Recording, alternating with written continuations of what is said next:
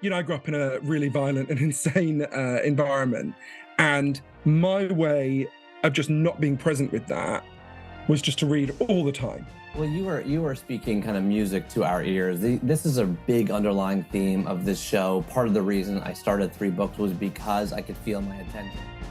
And I learned there's scientific evidence for 12 factors that can make your attention better or can make your attention worse. I've just been like mesmerized by your work, by your research, by that. We have to allow people their complexity. She texts you. You're texting Oprah?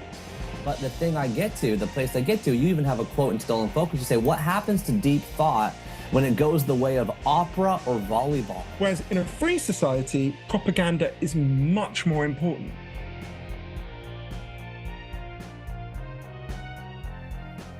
Hey, 3 Bookers. Hey, Cover to Cover Club members. It is Neil Pasricha, and a happy full moon, everybody. Welcome back to chapter 121. 21 of 3 books. Oh, wow. I can't believe we're at 121 chapters already. How is your March going? Are you enjoying the worm moon? The worm moon. One of the funnier named full moons that we have. I've been good. I've been hanging in. It's been a bit of a rough go. We've had stormy, snowy weather in Toronto, and on top of everything else, my wife's grandmother passed away recently.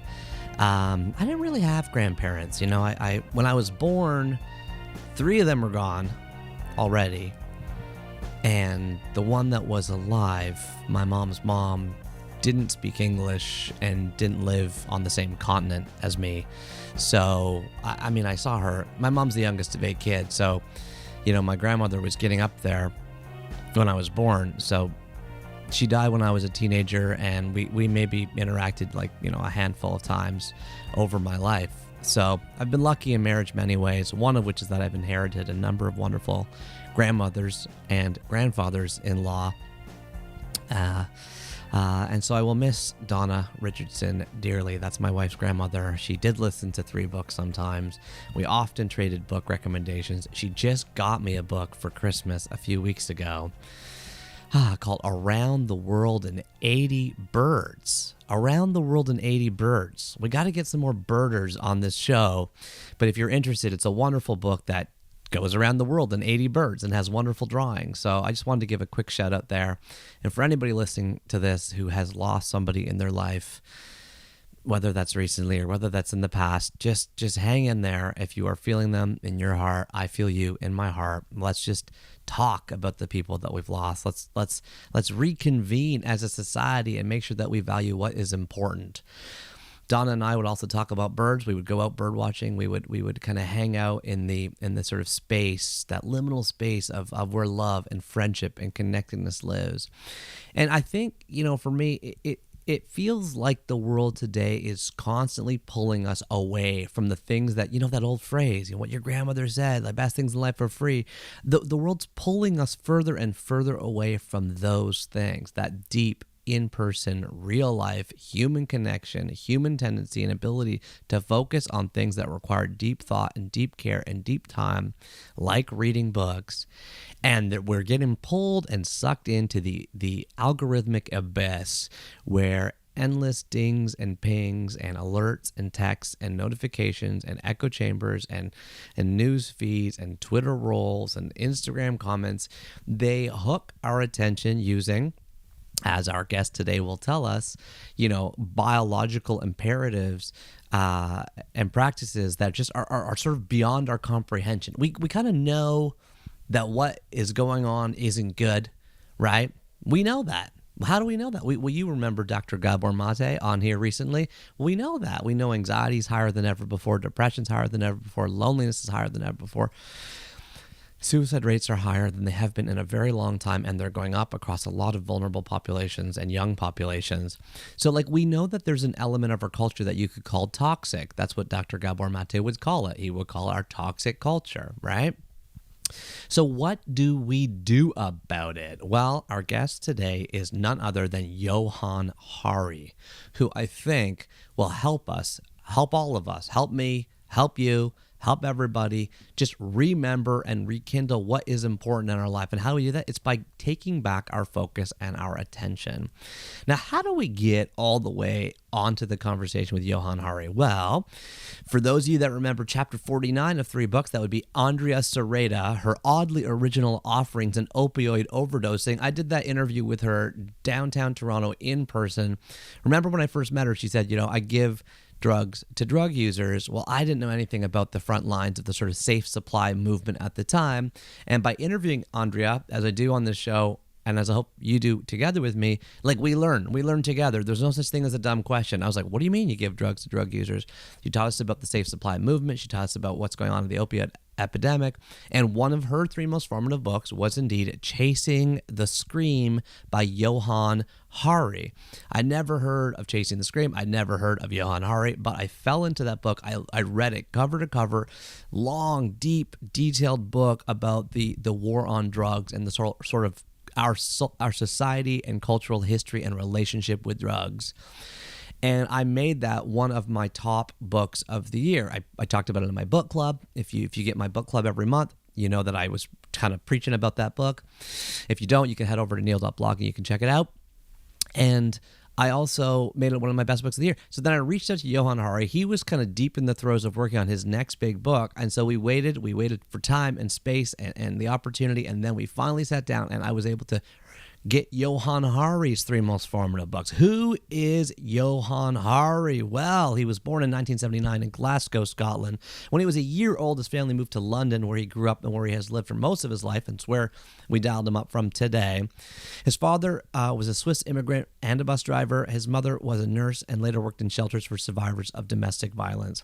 He studied social and political science at King's College in Cambridge. What about today? Well, in addition to being the author of Chasing the Scream, right? That's the book I just talked about, the first and last days of the war on drugs, which, by the way, was not adapted into an Oscar-nominated film you might have seen called The United States versus Billie Holiday.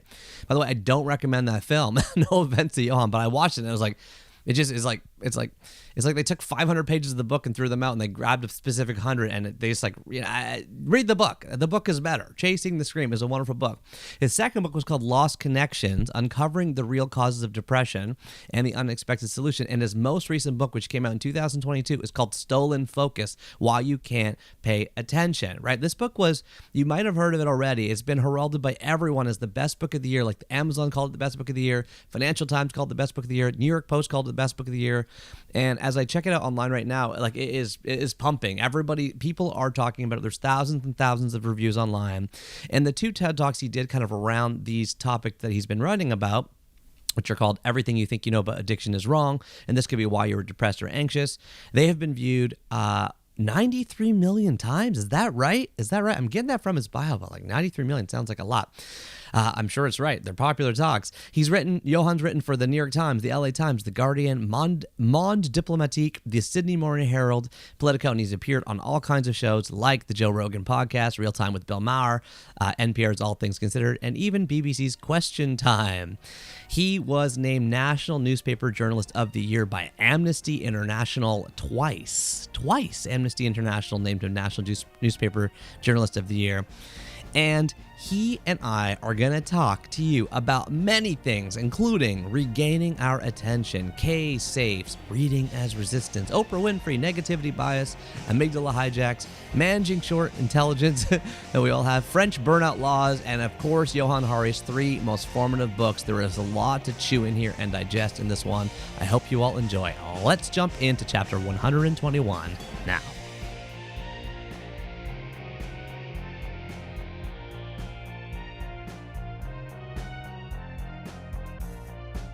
I always feel that woman's voice is very sarcastic. Recording in progress. Hope it's fucking worth it. Well, it's funny that you said woman. You caught that. I thought I've always thought of it as like a androgynous robot. Disembodied non-binary.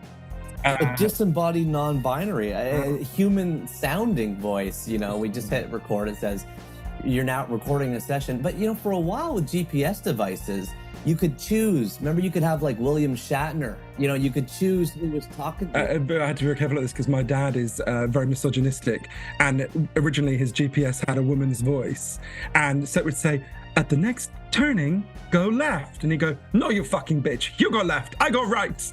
And we'd just repeat it. And then when we changed it to a man, he was completely fine. Go left. Oh, yes, we go left here. Very good idea. What do you attribute the... I recently interviewed a gentleman for the podcast named Timothy Goodman, a mural artist in New York who calls himself a recovering misogynist. What do you attribute your dad's misogyny to? Like, do you go Oh God, there's a whole podcast to be done in the bizarre psychology of my father. I have benefited from my father's misogyny because I'm gay, and when I told him I was gay when I was a teenager, fortunately he is quite homophobic, but fortunately he hates women more than he hates gays. So he said, son, just good you're a faggot, it means you don't have to deal with these bitches. I was like, thanks, Dad. That's really touching. So let's not psychoanalyze my dad. Believe me, one day I'll write a whole book about that one. But well, I appreciate your openness to sort of talking about that. And I did, it's funny. I read Chasing the Scream in its entirety, right? So way back in chapter 49, Dr. Andrea Sereda is a woman I met in downtown Toronto at this top 40 under 40 kind of ball. And, everybody's like an accountant or a doctor or a consultant. And I said, what do you do? And she said, I give drugs to drug users. And she's like, at the forefront of the safe supply movement in Canada. And so one of her 3 most formative books was Chasing the Scream. And I made that my top pick of 2019. I read it cover to cover. And so when you came out with Soul and Focus, I was like, okay, what's he going to do now? And I read this thing cover to cover. I put it in my book club this past January. So I guess a year, I guess when it came out, in hardcover. And I've just been like mesmerized by your work, by your research, by the traipsing around the globe that I'm so kind of amazed at. You're going all over the place. And what's amazing to me, Johann, is that you also, like me, talk a lot about reading. Since this show is all about reading and books, I thought I could start today by just giving back to you some of the quotes you've said or written about reading or books, and just get your current take on them. Expand, elucidate for us as you see fit. Like, for example, this tweet you sent out on May 8th, 2019. Where you said, one of my favorite books is called The Lost Art of Reading. It talks about how reading books is a crucial act of resistance to the madness of our time. Yeah, you should. Do you know Dave, who wrote that book, Dave Allen? No. Oh, remind me, I'll introduce you to him. He's a great guy. He was the LA Times book critic for maybe 30 years, and we've become friends. He's because I'm writing a book partly about Vegas, where he spent a fair bit of time. My relationship to books, I can give you an intellectual argument here, but my relationship to books comes from a much more primal thing than this, which is, I grew up in a really violent and insane environment. And my way of just not being present with that was just to read all the time, right? Like, I would watch television or read. That was the 2 things I did as a child when I was in my home. And reading for me was always a profoundly centering and clarifying space. So that might seem like a kind of bad reason to love reading or be drawn into it, but it led me to these great kind of pleasures. I think, and I should just apologize to your listeners, by the way, I've got a quite bad flu at the moment. So if you did a blood test at the moment on me, I would be 90% paracetamol and 10% caffeine. But so I'm normally more coherent than this. But obviously, I think reading books is one of the most precious forms of attention that human beings can provide. We can talk about why. And my most recent book is about how that is being stolen from us. It's called Stolen Focus. We're living in an enormous crisis of attention. The average American office worker now focuses on only one task for only 3 minutes. For every one child who was identified with serious attention problems when I was 7 years old, there's now 100 children who've been identified with this problem. It's manifesting in all sorts of ways, politically, personally, in us, in our children. But one of the most obvious is just the enormous decline in reading. This is the first time in the history of the American Republic that in any given year, a majority of Americans don't read a single book, right? Yeah, 57%, I think you said, for American Time Use Survey, right? Yeah, I mean, it's slightly ticked up in the pandemic, so it would actually be a little bit better than 57% now. But it's still, catastrophic decline, and has catastrophically declined across the board, although there's still a lot of hope, and there's a lot we can do to put that right. So yeah, for me, particularly reading fiction, when you are reading a novel, you are deeply simulating the consciousness of another human being, right? In a way, it's far more effective than what we call virtual reality. I think about, the novels that I read. You can simulate being just completely different kinds of people, or even robots or octopuses, or I'm just reading a novel about octopuses that gain consciousness at the moment. You're another gender, another religion, another time of the world, another place in the world. Our reader lives 1,000 lives before he dies. The man who never reads lives only one, right? George R.R. Martin. Exactly. And I love that line. Harold Bloom, the great literary critic, was asked why he read so much, and he said, because we can never live enough lives, which I think is really beautiful. And there's a guy in where you are in Toronto, if you haven't met him, I should introduce you to him as well, called Professor Raymond Ma at the University of York, who's doing incredible research. He's proven in all sorts of compelling ways that reading fiction really does deepen your empathy. I think he's done really important cutting edge research on this. Obviously, I interviewed him for the book, and in Toronto, I interviewed him. So when you say active resistance, well, we live in a culture where there's an enormous machinery that is designed to fragment your attention, that is making you dumber, less attentive, less empathetic, is designed to make you angry. That might sound curious or even conspiratorial. I spent a lot of time in Silicon Valley interviewing the people who design key aspects of this machinery. Yeah. I frankly didn't believe it until I was taught through it by them. So we're living in an environment that is profoundly debasing and degrading our attention. And I interview people, from Moscow to Montreal to Melbourne to, not just cities beginning with the letter M. I don't know why my mind became so alliterative there. And I interviewed over 200 of the leading experts on attention and focus. I used my training in the social sciences at Cambridge University to really deeply into their work. And I learned there's scientific evidence for 12 factors that can make your attention better or can make your attention worse. And loads of the factors that can make your attention worse have been hugely rising in recent years. Some of those factors are in our technology. Some of them go way beyond our technology to areas I had never really thought about in relation to this. But in combination, they're profoundly harming our ability to, for example, read books, do other things that require deep focus and attention. And the important thing to understand about that is your attention didn't collapse. Your attention has been stolen from you by some really big forces. But once you understand those forces, we can begin together to get our minds back. Well, you were speaking kind of music to our ears. This is a big underlying theme of this show. Part of the reason I started 3 books was because I could feel my attention fracturing, because I could tell that I stopped reading. I started this podcast as a way to get back into kind of long form reading books. That's what the whole premise of the show is. So, this is no wonder I kind of suck up your writing like a Hoover. I'm very, very much aligned with you. But the place I get to, you even have a quote in Stolen Focus. You say, what happens to deep thought when it goes the way of opera or volleyball? And I thought that was so interesting. Just those 2 examples of like a high art with a small subculture following them, or like, what does happen? You've sort of painted this portrait of like, there's going to be a large kind of underclass of people who can't get into sort of deep thought anymore. Is there hope? And if not, like, what are we talking about the active resistance? Like, so what do we do? But I'm telling you, I saw you tweet last night, is it weird that I only like Daniel Radcliffe when he's dressed up like Weird Al?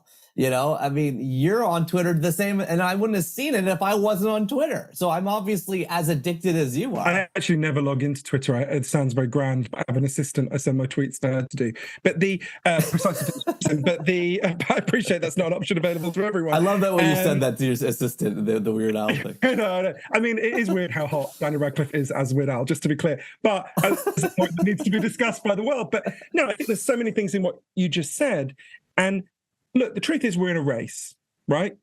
On the one side, you have all the forces that I write about in Stolen Focus, the 12 factors that are undermining our attention and focus. And they range from some aspects of our technology to the food we eat, to the way our workplaces currently function, to the way our kids' schools function, a whole array of factors. And many forces are poised to become more powerful. Paul Graham, one of the biggest investors in Silicon Valley, said the world will be more addictive in the next 40 years on the current trajectory than it was on the last 40. Think about how much more addictive TikTok is than Facebook, right? Yeah. Okay, now imagine the next crack-like iteration of TikTok in the metaverse. That's one side of the race, right? On the other side of the race, there's got to be a movement of all of us identifying these factors that are harming our attention and science around them, and responding, I think, in two ways. For all of the 12 factors that I write about in Stolen Focus, we've got to respond in this dual way. Firstly, we've got to defend ourselves and our children as individuals as much as we possibly can. And there are dozens of things that we can do as isolated individuals to do that. I go through loads in the book. I'll give you an example of one. Hang on. Oh, I've got it. Here you go. I'm going to hold it up as a prop. I feel like a QVC host at this point. I also don't have any shares in this company, I should point out, because they should still be paying me commission. So this is a K safe. It's a plastic safe. The letter K. Lid. You take off the lid. You put in your phone. You put on the lid. You turn the dial. And it locks your phone away for anything between 5 minutes and a whole day, right? I give myself at least 4 hours a day where the K safe is locked away and the phone is locked away in the K safe and I cannot access it, right? I won't sit down and watch a film with my partner unless we both put our phone in the phone gel, or we'll have friends around for dinner unless everyone imprisons their phone. And I explain to people one of the things I learned on the journey for the book. And I would say to them, think about anything you've ever achieved in your life that you're proud of. Whether starting a business, being a good parent, learning to play the guitar, whatever it is, that thing that you're proud of required a huge amount of sustained focus and attention. And when your ability to focus and pay attention breaks down, your ability to achieve your goals breaks down, your ability to solve your problems breaks down. So that's one side. We've got to defend ourselves and our children, right? And I go through many ways we can do this. But I also want to be really honest with people, because I don't think other books about attention are leveling with people. I'm passionately in favor of these individual changes. They will make a big difference to your life. On their own, they're not going to solve the problem. Because at the moment, it's like someone is pouring itching powder over us all day. And then they're leaning forward and going, hey, buddy, you should learn to meditate. And then you scratch so much. Exactly. And you want to go, screw you. I'll learn to meditate. That's really valuable. But you need to stop pouring this damn itching powder on me. Mm-hmm. We've got to actually deal with the factors that are doing this to us. And a lot has to happen at a social and collective level, right? And a lot of these factors that are profoundly harming our attention are relatively recent and can be dealt with. As Dr. James Williams, one of the leading philosophers of attention in the world today, I would argue the leading philosopher, said to me, this existed for 1.4 million years before anyone said, guys, should we put a handle on this thing? The entire internet has existed for less than 10,000 days. Mm-hmm. There are some specific aspects of our technologies that are harming our attention, indeed are designed to harm our attention for reasons I can explain, but they don't have to work like that. We can have the technology we currently have and have it not be designed to hack and invade and damage our attention. Indeed, it can be designed to help aid our attention if we wanted it to. That's perfectly achievable. 10,000 days is not long in human history. Yeah. And many of the other factors, from the food industry to the way our schools work, we can put these things right. I'm actually very optimistic. These problems can be solved, right? This is not some immutable part of modern life. These are very specific factors that are causing these problems. We've dealt with bigger problems than this in the past, but we've got to decide we value attention. We've got to decide it's something we want for ourselves and our children. And then we've got to fight for it, because you don't get what you don't fight for. Those forces, the 12 forces that I write about in Stolen Focus, they're not going to go away of their own accord, right? In fact, they're going to get stronger and stronger if we let them. But we can challenge them. They're not that powerful, right? We can challenge them if we want to. We are powerful, much more than they are. Yeah, I love this. It's music to my ears. I've also picked up a couple things. You've shown me the K safe. So for those that can't see, it's like a large piece of plastic that you can put your phone in and you can set a timer. There's another one online that I always talk about called Phone Cell, phone and then CELL. Similar thing. It costs $100. It's made out of glass, and I always joke that you have to, smack it with a hammer if you need to open it. I also heard you say, it was quick, but you said I don't have access to my own social media. I have to go through somebody, which I think is really smart. So for the podcast stats for this show, same thing. I don't have a password to Libsyn because I know I would just get obsessed with it. Right. So I sort of ask somebody never to give me the password. Is there anything else you're doing as an individual today that you are using to guard and grow your attention? I'm asking, as you've emerged as this real kind of global expert on attention. So what, other than those two, do you have anything else you're doing in your day-to-day? I mean, I go through dozens in the book, but I'll name another, which is relates to one of the 12 causes. We sleep 20% less than people did a century ago. British children sleep 85 minutes less than they did in 1945. And I interviewed many of the leading sleep experts in the world, but one in particular really haunts me, Dr. Charles Czeisler, who's at Harvard Medical School, arguably the most important sleep expert in the world. He said to me, even if nothing else had changed except that we sleep so much less, that alone would be causing an enormous attention crisis. Because, and there's many reasons why, but I'll just talk about one briefly, which is that, so when you sleep, the whole time you're awake, your body is generating something called metabolic waste. One scientist called it brain cell poop to me, which helped me to understand. The whole time you're awake, your brain is getting clogged up with this metabolic waste. Then when you go to sleep, your cerebral spinal fluid channels open and a watery fluid washes through your brain and carries that brain cell poop down into your kidneys and eventually out of your body. If you don't get 8 hours sleep a night, your brain is clogged up the next day. It's not cleaned, right? That feeling when you're particularly tired, when you feel kind of clogged up and hungover, it's not a metaphor. Your brain is literally clogged up, right? If you stay awake for 90 minutes... I feel that almost every day. Exactly. How many hours a night do you sleep now? I don't sleep anywhere close to enough. I'm usually sleeping 4 to 6 hours a night.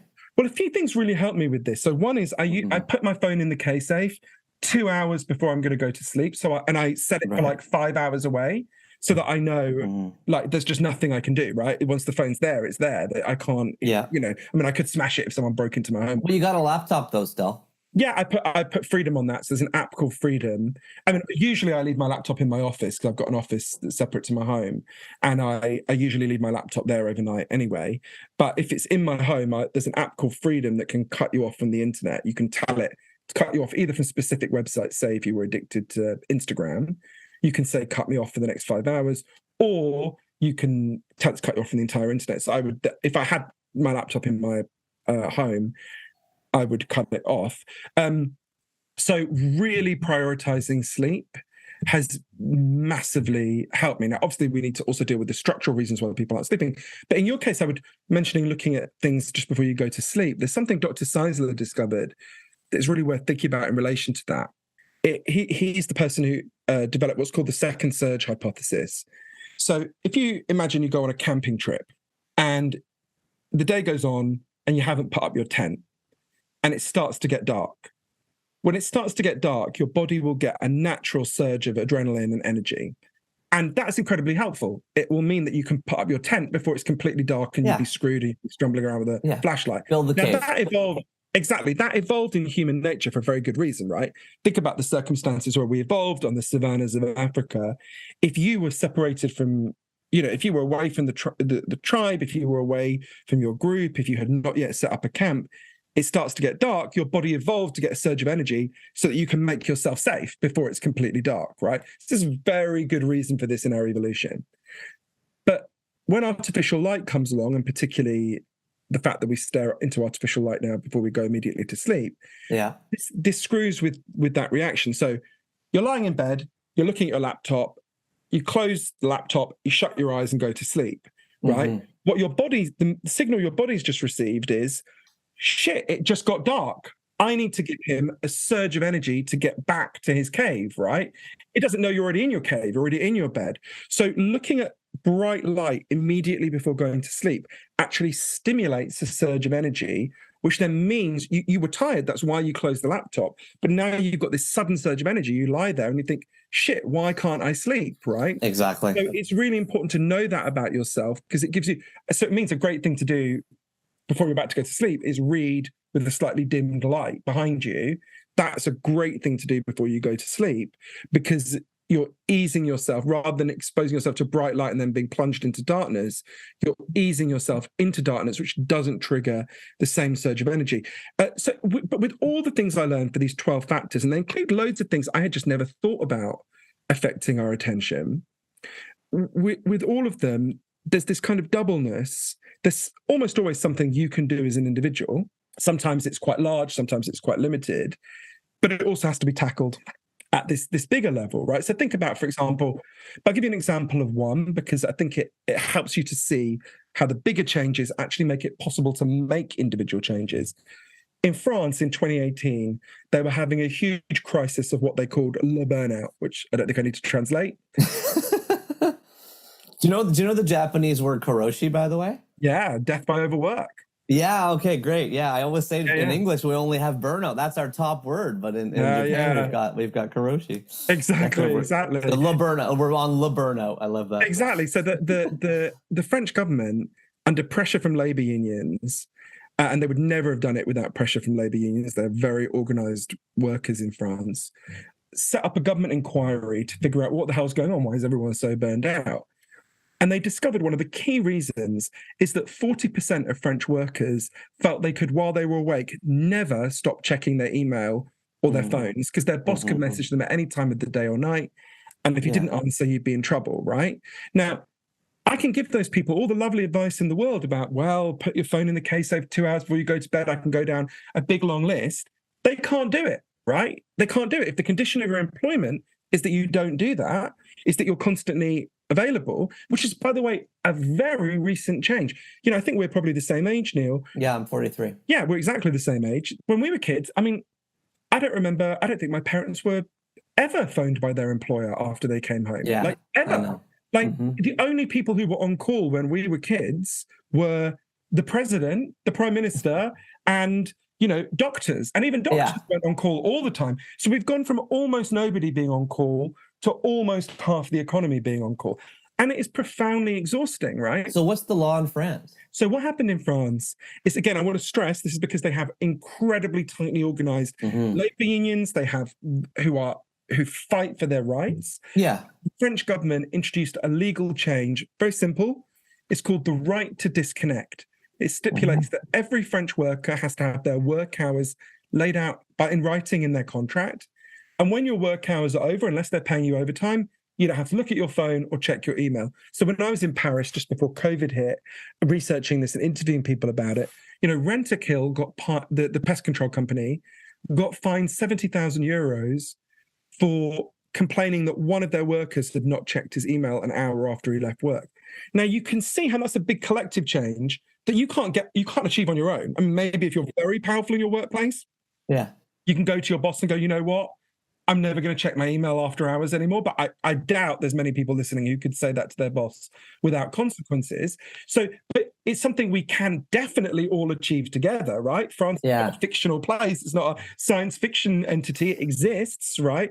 And it's something that then it's a collective change, one of many I advocate, that frees us up to make the individual changes that we want to make, right? So it's not that the individual and collective, some people say, oh, are you in favor of individual or collective solutions? It's absurd. We obviously need both. I totally agree. I hear you. There's the separation. But I also think that we have to slather on top of that example, like the global late stage capitalism that we're in. And, you know, although my mom couldn't bring home a computer when she was working for the government, she did sometimes stay late to kind of quote unquote, like get ahead.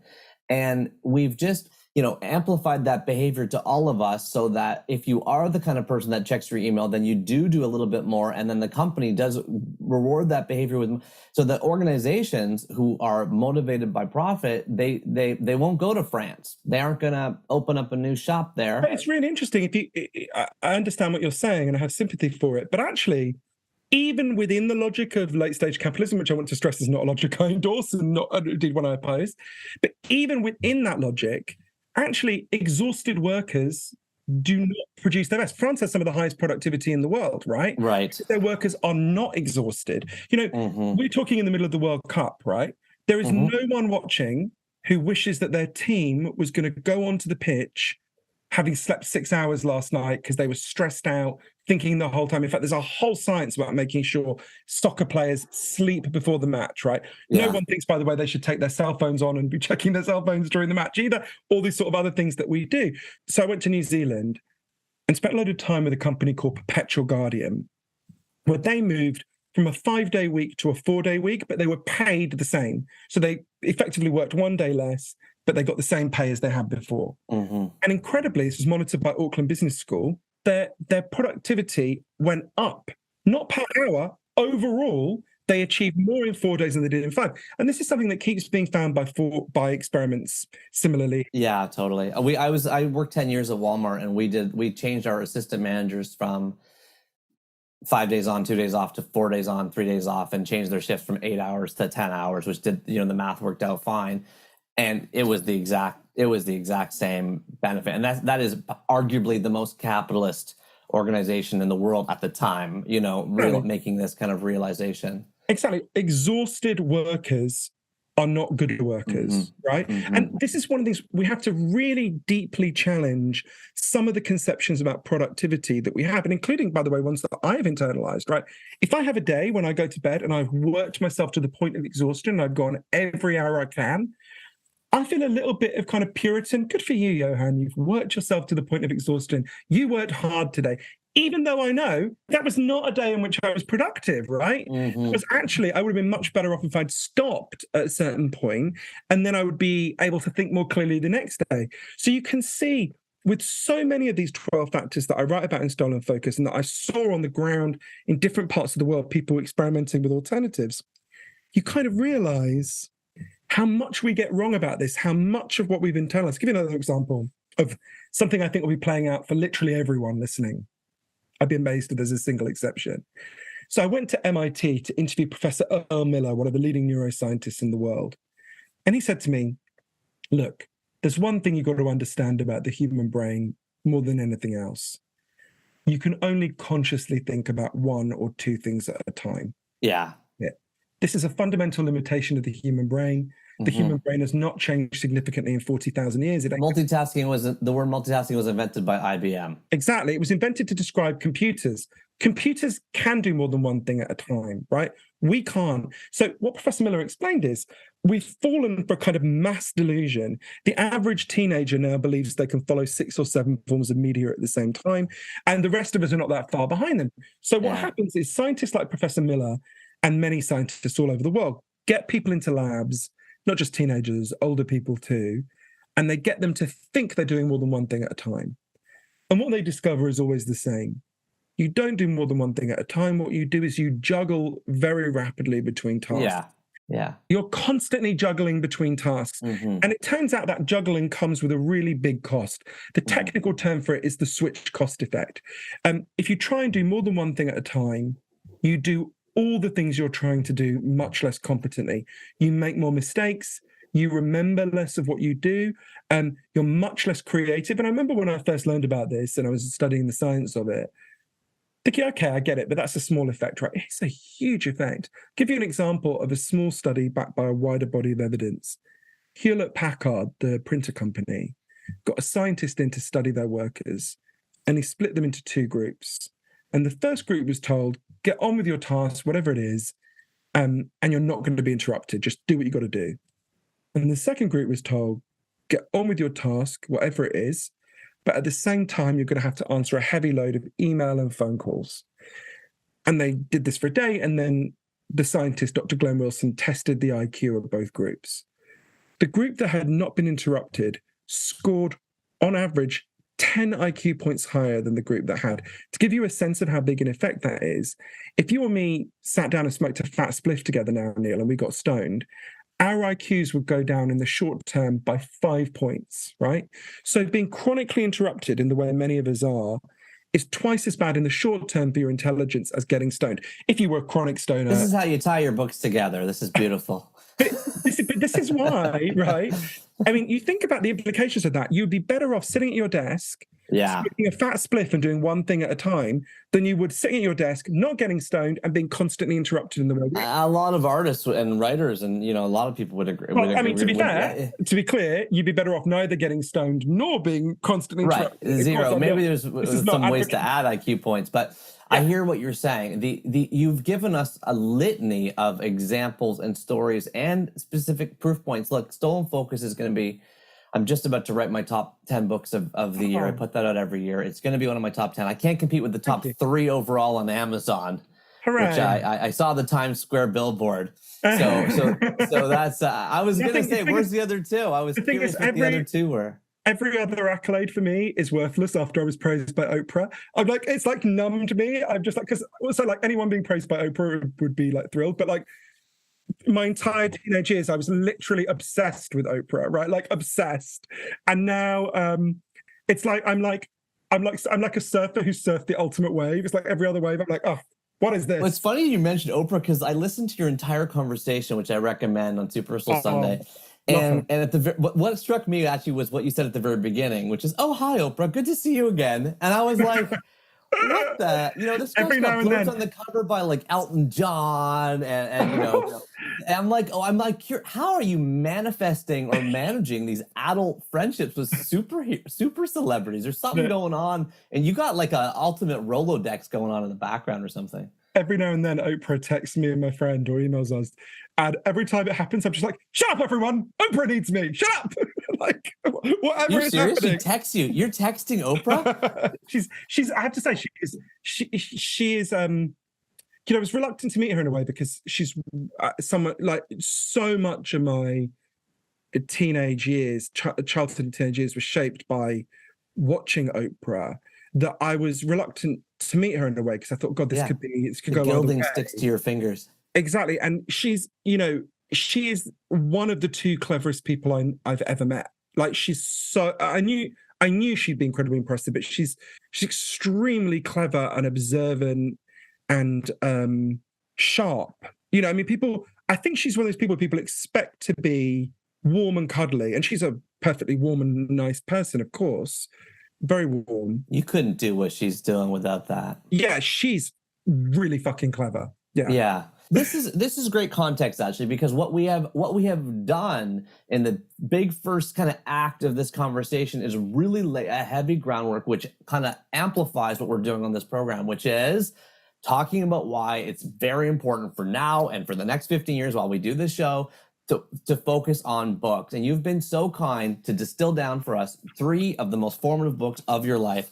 I'm going to describe each of them as if the reader or the listener is holding the book in their hands.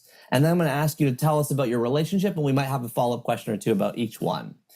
We will begin with the one and only She Must Have Known, The Trial of Rosemary West, by Brian Masters. This book was published in 1997 by Doubleday. The cover is black with an eerie photo of a woman looking at us with large glasses. Whole image is sort of pixelated like a newspaper photo. The title's in an apple green, all caps font with quotes around it. She must have known. That has quotes around it. And the subtitle, The Trial of Rosemary West, is in simple kind of an impact font below. Brian Masters, born in 1939 in the UK, still alive today, known best for his biographies of serial killers. What is this book about? Attending the Rosemary West trial, Masters came up with a penetrating study of the sexual obsession that led to the measured killing of 12 women and girls. He brings to light in horrific detail the murder, sadism, and torture that occurred. Masters, from his privileged courtroom vantage point, looks closely at how and why ordinary humans were driven to serial killing of the most devious kind. File this one under 364.152 for specifically murder, Dewey Decimal Heads.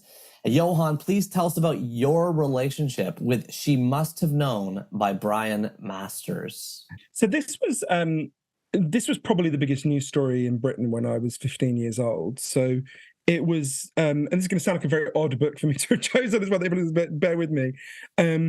So in 1994, in a town called Gloucester, at that time a quite poor town in England, there was a chaotic family with a father who was a builder named Fred West and a mother who was a sex worker called Rosemary West. And their 3 youngest children were taken into protective custody, the care system, child services, because it looked like they were being neglected and physically abused. In the care system, it was established that, in fact, these children had been really quite terribly abused, but they were really terrified to talk about it. And one of the children kept saying, well, I can't talk about this because I'll end up under the patio like my sister Heather. And this social worker became very concerned and went to the police. And the police refused to do anything. They were like, it's just a child, don't be ridiculous. And this social worker kept going back to the police. And there was a hugely creditable police officer called Hazel Savage, who finally took it seriously, was the first police officer to take it seriously. And they went to this house and they found 12 bodies. They didn't find one body, they found 12 bodies in this house and in the previous houses where this couple, Fred and Rosemary West, had lived. They were arrested. It emerged they had murdered one of their children and, in fact, two children. Fred's child with his first wife. He'd also murdered his first wife. And that they had been preying on young girls who'd run away. They were, in fact, I always thought one of the most tragic things about this case is of the 12 known, there were certainly more than 12 victims, but of the 12 known victims, only one of them was ever reported missing. Oh. So over a 21-year period, they had been murdering these people. They're of course arrested, and then not long afterwards, in prison, Fred West killed himself. So Rosemary West stands trial alone for these murders. And it's a very unusual case of a woman being accused of 12 sadistic sexual murders. It's almost unprecedented. So Brian Masters is a really interesting British journalist. He's a rather posh... he wrote books about dukes and duchesses, and then he wrote the first book about Jeffrey Dahmer, the first serious book about Jeffrey Dahmer, The Shrine of Jeffrey Dahmer. Obviously, a lot of people are thinking about Dahmer at the moment because of the hugely successful Netflix series, which I've not yet watched. Netflix tells us what to think. Exactly. But if you haven't, anyone who liked that series or indeed didn't like it, I really recommend The Shrine of Jeffrey Dahmer. Extraordinary book. He also wrote about one of Britain's most notorious serial killers, who bizarrely, his home is just around the corner from where I live. But the Dennis Nilsen, who he wrote an extraordinarily powerful, I think his best book, Killing for Company, which is an extraordinarily powerful account of him. So Brian Masters is a very serious writer, a quite morally serious person, and he goes to the trial of Rosemary West, and he writes this extraordinarily provocative book in which he argues that while Rosemary West was involved in the abuse of her children, she probably was not guilty of these murders, and she was sort of convicted because Fred West was gone, and we wanted someone to take out our rage on. So it's this incredibly bold and extremely controversial book. It was one of a series of incredibly controversial true crime books that were written in Britain in a roughly 5-year period. There was another one by the wonderful German writer Gita Sereni about called Cries Unheard. About in the 60s, there had been a series of dreadful murders in Britain where a 10-year-old girl murdered, strangled to death a load of young children. It was a really bizarre and terrible case. And she was presented as this devil child. And Gita tracked down Mary Bell many years later in the late 90s. And it transpired that Mary Bell had been unimaginably horrifically abused and was reenacting the abuse that she had experienced. So you're in like 1994, 1995 time period. You're 15. How did this book comes to you some way? So I remember where I bought it. I found it in a bookshop, and I was a kid who'd always followed the news quite closely, and I think because I had grown up in this very weird, aberrant and violent environment, of course, it was not like, I don't want to overstate it, wasn't like Fred and Rosemary West, obviously, but it was quite extreme. I think in my mind, I was sort of making sense of that by reading about more extreme environments. Oh, interesting. I don't think I would have thought that then, but I think I don't think it would have been conscious, but in retrospect, I think your dad wasn't that bad. No, it's not Fred West. No. To be fair to my dad, it's not. You know Fred West, but the well, just because we started the conversation. Exactly. I don't want to unfairly slander my father. So I think it was partly that. And one of the things that really struck me, although I don't ultimately agree with Brian Masters' thesis, I do think Rosemary West knew. I think he makes a very compelling case, and it's a brilliantly written book. But also, it's one of a series of books I read around that time that I think really appealed to me, because it was the realization that in a book you could, in my mind, it's grouped with Christopher Hitchens' book, The Missionary Position, Mother Teresa in Theory and Practice, which in a sense is the opposite book, because what Brian Masters is doing is saying, look, there's this person you think is the devil, and actually here's this more complicated story about her. And certainly he's absolutely right that she was herself the product of unimaginably horrific abuse. You know, when she was a baby, she rocked so violently that the pram moved across the room. She was sexually abused almost from birth by a really insane father, and she was in fact still being sexually abused by her father when she was married to Fred West. It's a dreadful kind of moral Chernobyl kind of story. But so you think about that story, he's taking this person who we regarded almost literally as the devil and saying, look, think about her differently. What Hitchens, who I later became friends with, is doing with the Mother Teresa book is here's this person you think is an angel, Mother Teresa, and in fact was a really wicked person. And, you know, Masters is a very morally serious person who I think is actually not trying to be provocative or shocking. I think Christopher, as he himself would have said, was pushing it a bit, I think. I mean, Mother Teresa certainly, I think, was a very morally flawed person. She would give a couple of examples. She would, when people were dying in her home in Calcutta in agony, she would say they shouldn't be given any painkillers other than paracetamol because suffering is beautiful and they're dying like Christ died on the cross. So really quite terrible things. She said that divorce should be illegal, but when Princess Diana, one of her rich friends, got divorced, she said, oh no, their marriage wasn't working out, it's fine, right? She'd literally campaigned for divorce to be illegal, but when rich people wanted to do it, she was fine with it. So it's going a bit, I wouldn't call her evil, but she was, certainly a much more morally complex person than the public imagination of her. And I think those two books really lit up my sense of like, whoa, you can take this thing that people really take for granted. Mother Teresa is a saint, Rosemary West is the devil. And if you do a book and you really go into detail, you can go, no, actually, they really aren't. It's a very different story. That's so fascinating. Yeah, because even you mentioning the Mother Teresa book now, which I've seen you tweet about before, I've not read. I've read Hitch 22 and Mortality by him. That's really it. And I think his Christopher Hitchens' work is wonderful. But even you just giving those examples now, and you're hinting at what the book's going to reveal in terms of, you know, it sort of fuzzes over the you know, this is that old argument, like we used to have three newspapers, we used to have 3 TV stations, we used to have a very clear sense of what was real. And now, you know, you're using these books as a lever into it. But now with the infinite echo chambers, with the endless deep fakes, with AIs that look real, I love where it got you as a kid. And don't you think we've also thrown gas on that now to the point where actually reality or how you perceive anybody is becoming so destabilized that it's almost unnerving or unsettling? Like, don't you feel like the destabilization of reality or what is true and what is real and what are people like? Look at what's happening with Elon Musk right now. You know, it's like, well, there's just too complex a series of informations that therefore render any clear or solid opinion even believable. And I find myself struggling with this. That's why I'm throwing that to you as a messy question. I think there's some truth in what you're saying. I would separate out a few things. I don't think we want to be falsely nostalgic about the time when there were 3 TV channels. In fact, the next book we're going to talk about, Manufacturing Consent by Noam Chomsky, shows why we should not be nostalgic about that, although there was plenty of things that were better then than there are now, and some things that are worse. I'm not saying that the fake, I agree it wasn't the right reality, but it was like we all agreed that JFK was assassinated. Now you can have theories back. Look, the flaws of the BBC are infinitely better than the flaws of, you know, Alex Jones, right? So that's what I'm saying. As Chomsky would definitely say as well. But but how to put it? I think the thing you're getting at, there's lots of mechanisms that you're getting at there.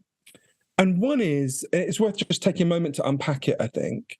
So anyone listening, if you open Facebook, TikTok, Twitter now, they start to make money out of you immediately in 2 ways, as people who've been at the heart of designing them explained to me. The first way is really obvious. You see advertising. Okay, everyone knows how that works. You don't need me to tell you about that. The second way is much more important.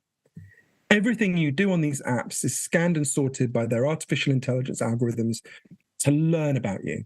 So let's say that you've said including in your private messages on any of these apps, that you like, I don't know, Donald Trump, Bette Midler, and you tell your mom you just bought some diapers. Okay, it's going to say, you like Donald Trump, you're probably right-wing.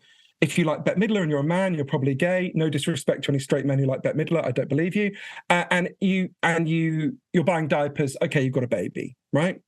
All of these apps know, if you've been using them for any reasonable amount of time, know tens of thousands of points of information like this about you, many tens of thousands, right?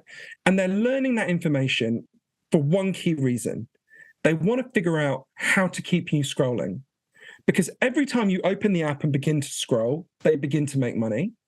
And every time you close the app, their revenue stream disappears. So everything all of this AI, all of these algorithms, all of this genius in Silicon Valley is designed for one thing and one thing only, to figure out how to get you to pick up the app as often as possible and scroll as often as possible. And I remember speaking to people at the heart of the machine and them telling me this again and again, and me just being, well, it can't be that simple.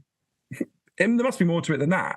And then looking at me like I was this sort of, like I was a maiden aunt in a Jane Austen novel who just heard about the existence of fingering, right? Like they were like, how do you think it works, right? What do you think happens? Just like the head of KFC, all he cares about in his professional capacity is how many times did you go to KFC this week and how big was the bucket you bought? All these companies care about is how often did you open the app and how long did you scroll, right? Now, the reason this relates to what you're saying is, so that algorithm, those algorithms, that AI machinery is set up just to neutrally monitor everyone, and they're monitoring almost literally everyone in the world now, and figuring out, well, what kept them scrolling? And those algorithms stumbled into an underlying human truth about psychology. It's been known about for nearly 100 years now. It's very simple. It's called negativity bias. Human beings will stare longer at things that make them angry or upset than they will at things that make them feel good. If you've ever seen that old amygdala. Yeah, well, if you've ever seen a car accident on the motorway, you know exactly what I'm talking about. You stared longer at the mangled car wreck than you did at the pretty flowers on the other side of the street. This is very deep in human nature. 10-week-old babies will stare longer at an angry face than a happy face. Yeah. It's probably for good reason in our evolution. Our ancestors who were looking out for danger didn't get eaten. It's a slightly crude way of putting it, but you see what I mean, right? Daniel Goleman calls it the amygdala hijack. Exactly. That's deep in human nature. Mm-hmm. And performs an important function for us. Mm-hmm. But when that combines with algorithms designed to maximize engagement and scrolling, it leads to a real problem. Because what these algorithms discovered is, picture two teenage girls who go to the same party and leave to go home on the same bus. And one of them does a little video or a status update where they say, that was a great party. Everyone looked good. I had such fun. We danced to these songs. Wow, what a night. And the other girl does a video where she says, Karen was a fucking skank at that party and her boyfriend's a prick, and just does an angry denunciation of everyone at the party, right? The algorithms are scanning for the kind of words you use. And they'll pick up the one little mini frame where your face is all crunched up. Exactly. You know, exactly. All I see on the side of YouTube is angry Jordan Peterson, angry Joe Rogan, shocked Mel Robbins, shocked. Like, it's like the only extreme emotions. But there's a reason for that, right? If it's enraging, it's engaging, and it will keep you scrolling, right? So that first video, it will put into a few people's feeds, but that second video, it will put into far more people's feeds, right? You know, I hope you're interested in what I'm saying, but if out of your window now you saw some people having a fist fight, you would stop listening to me and you would look at the fist fight, right? Because you would just, your attention would be drawn to it. The problem is, imagine that now, not just at the level of two teenage girls, catastrophic though that is for teenage girls' mental health, as we were all seeing. Imagine a whole country plugged into a situation, a system, a mode of communication where the nicest people, the people who are in favor of being kind and reasonable and making compromises, are pushed to the back, and the most angry, vicious, condemnatory people are pushed to the front. Except you don't have to picture that, because we've been living it the last 10 years. Yeah, you know? And in fact, it's making us more like that, which is the scariest part of it to me. Exactly. And, you know, Facebook's own internal research in the wake of Brexit and the election of Trump, they set up an internal inquiry to figure out, you know, are we polarizing people? Which we now have only because the heroic whistleblower Frances Haugen, WSG, exactly. It was leaked to the Wall Street Journal by Frances Haugen. It discovered 1/3 of all the people who joined neo-Nazi groups in Germany joined because Facebook's own algorithm recommended it. You might want to join, it said, followed by an actual neo-Nazi group. Now, that's not because anyone at Facebook is a neo-Nazi, right? It's because they've set up a machinery that leads to making people angrier and more polarized. It's the opposite, by the way, of the effect that we were talking about with novels. Novels make you more empathetic. These forms of interaction, in the way they are currently set up, and that's an important caveat, make you angrier. But this technology does not have to work that way. I can go into more detail, but we can regulate this technology. So instead of making us angry, divided, and unable to pay attention, it in fact makes us better able to pay attention and better able to think about other people. So if you're Mark Zuckerberg right now, you've got a big company, it makes a lot of money, and it's very incentivized to keep making that money, as you said, more buckets of chicken. What could you actually do in practice that would preserve the health of your organization while being healthy? Like when Elon Musk tweeted, "How do I make Twitter better?" I replied to him. I said to him, make it so that when I jump onto Twitter for the first time, I can choose the length of minutes a day I want to use this for, and have that remind me and pause me. And, let's recognize this thing it's crack. So let's just make it a small dose. And it reminds you, it jostles you up. I have to end up following doom scrolling bot, which I recommend everybody follow on Twitter, doom scrolling bot, because it interrupts my own feed and says, "Hi, go get a glass of water, turn off Twitter." But if you're Zuckerberg, and I'm painting it back to a CEO, because I don't think lawmakers are anywhere close to where technologists are right now in terms of, they're not. I know Tristan is going and testifying at Congress and stuff, but we're kind of eons behind. And aren't the lawmakers sort of, I know I'm going down a rabbit hole here, but aren't they sort of beholden to the people that are telling them what to vote for anyway? Like all the groups kind of in DC that are really incentivized. Like, what was the stat? Like Google has 10x the number of people it has in DC over the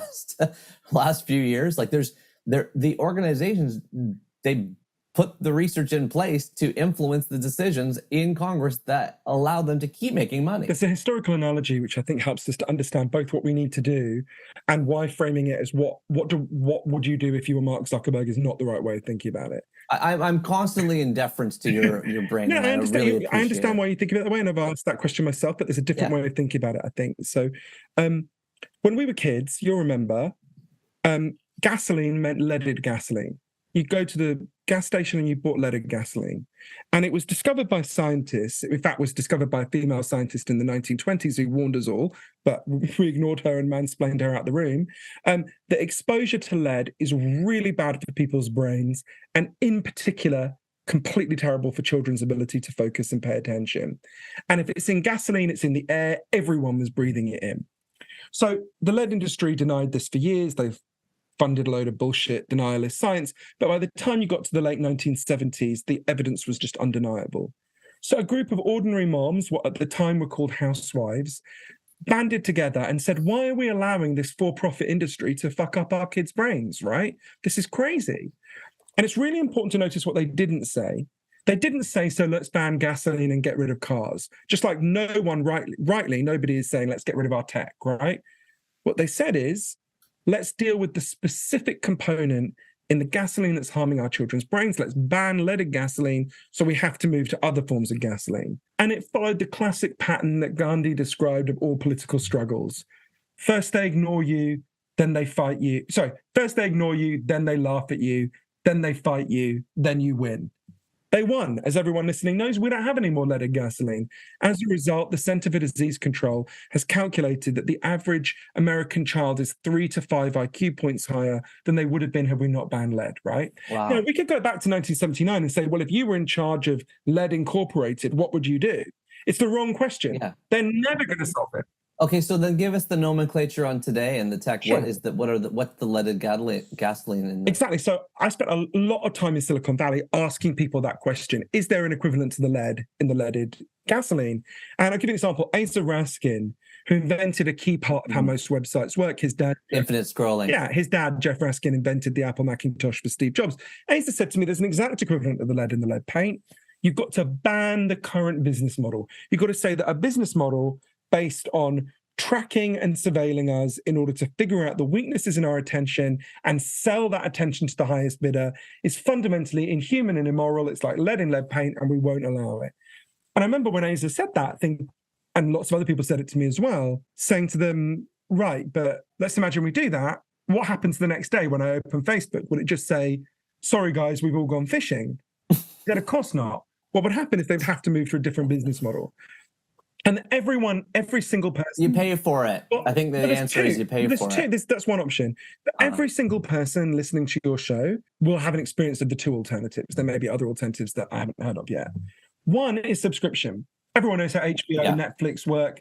You pay for it. You pay a certain amount, and in return, there's no ads on Netflix. And then the key thing is all the incentives then change, right? At the moment, the incentives are, how do we fragment Neil's attention so that we can sell it to the highest bidder? Instead, under subscription, the question becomes, oh, Neil's our customer now. He's not the product we sell to our real customer, the advertiser. He's the product. What does Neil want? Oh, it turns out Neil feels good when he meets up with people offline. Okay, let's design an app to maximize him meeting up offline. There's all sorts of things they can do. That's one model. A different model, which would be my preferred one, I think, although it'd have to be done carefully, although I think subscription is much better than what we have now. Think about the sewers. Before we had sewers, we had shit in the streets, people got cholera, it was a nightmare, right? So we all pay to build and maintain the sewers together. You own the sewers in Toronto, I own the sewers in London, right? With all our other fellow citizens. It may be that, like, we want to own the sewage pipes together because we don't want to get cholera. We might want to own the information pipes together because we're getting the equivalent of cholera for our attention and our politics. Wow, that's profound. Now, you'd want to make sure, of course, it would be essential that was independent of the government. We absolutely do not want. Yes. We can imagine the nightmare of Donald Trump controlling the infrastructure for social media, or any one person or any one body, right? Yeah. It has to be like the Green Bay Packers, Elon Musk, as we have at the moment, or the Chinese government when it comes to TikTok, or the Chinese communist tyranny. So yeah, I mean, what we have at the moment is a handful of extraordinarily. I mean, Mark Zuckerberg is so irresponsible that when he was given the evidence that a third of the people who joined neo-Nazi groups in Germany joined because his organization recommended it, and this is someone descended from Jewish people who had to flee that part of the world, as the Wall Street Journal reported, Zuckerberg shut down the group and asked him not be brought information like that again. So it's hard to imagine it could be in the hands of more irresponsible people right now, although it's conceivable. Donald Trump is worse than Mark Zuckerberg, anyone must, so it's possible. But it's you'd have to, I mean, there's basically Trump and the Chucky doll, Pennywise the clown, maybe. But, you know, you'd have to go pretty far.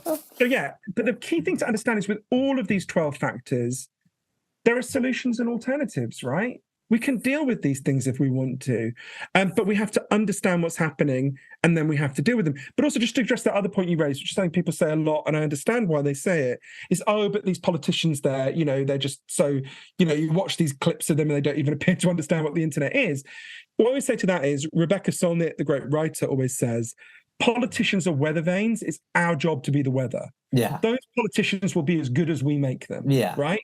And are you in touch with your politician? Like, start with that, right?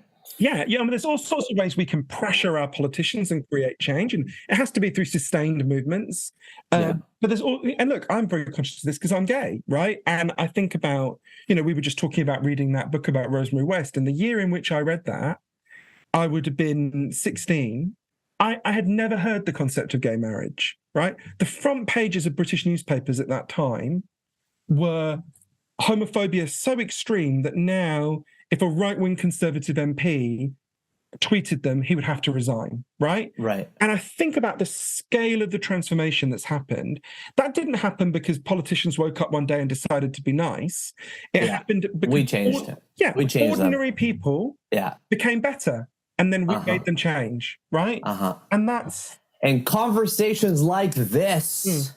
And the one you're having with Oprah and Joe Rogan and Rich Roll, I mean, you're really, this is such important work. Don't stop. I don't know what the Vegas book is about, but don't get too far off this train, man. We need you on this. This is important.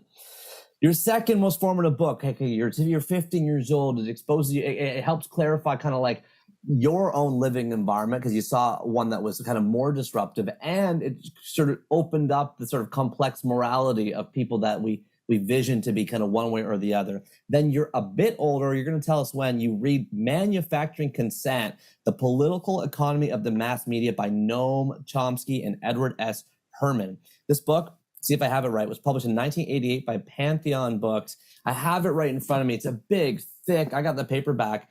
White book. It looks like it's snipped off like the top right corner of the New York Times. You can almost see like the bottom of like the calligraphy on here and like a leftover kind of pen. Chomsky was born in 1928, still alive today in his mid-90s, known for his media criticism and a slew of other things, especially through his professorship at MIT. In this path-breaking work, Herman and Chomsky show that contrary to the usual image of the news media as cantankerous, obstinate, and ubiquitous in their search for truth and defense of justice, in actual practice, they defend the economic, social, and political agendas of privileged people that dominate domestic society, the state, and global order. File this one, Dewey Decimal Heads under 302.234 for social interaction under social sciences and communication. Johann, tell us about your relationship with manufacturing consent by Chomsky and Herman. So I came to this in a really weird way. I'm sure I had read Chomsky before this when I was a student, but I came to manufacturing consent because Chomsky attacked me. And I realized he was completely right. So when I was 23, bizarrely, I became a newspaper columnist in Britain, and which is a stupid age for anyone to be a newspaper columnist. I mean, it's a pretty stupid profession at the best of times, but I think when you're 23, it's particularly silly. And to my shame, and I don't mean that sarcastically, I really am ashamed of it. I supported the Iraq War in 2003 when it began. I had been to Iraq under Saddam Hussein, and I kind of thought, well, anything would be better than that. And I was strongly in favour of the invasion. And a British group called Media Lens, who I'm hugely grateful to, although I don't agree with them on everything, who are kind of left-wing media monitoring group, sent some things I'd written to Noam, and he wrote this absolutely withering deconstruction of what I said. And I was really upset, as anyone would be if they're sort of attacked that way.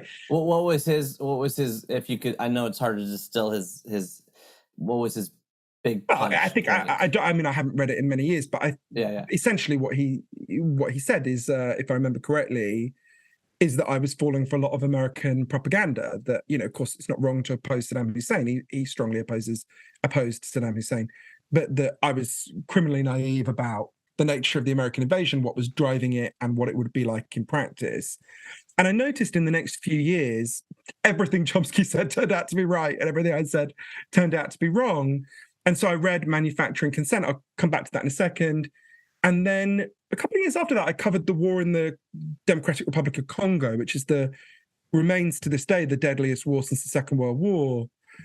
And I used a lot of what I had learned from Manufacturing Consent and from Chomsky in that reporting. It really infused and informed it, because it was a war driven almost entirely for coltan, which is something that's in PlayStations, cell phones. It was a war essentially for us, right? What year is that? The war in the DRC was 2007. I didn't know this, what you said, just the deadliest war since World War II. I did not know that. 6 million people died.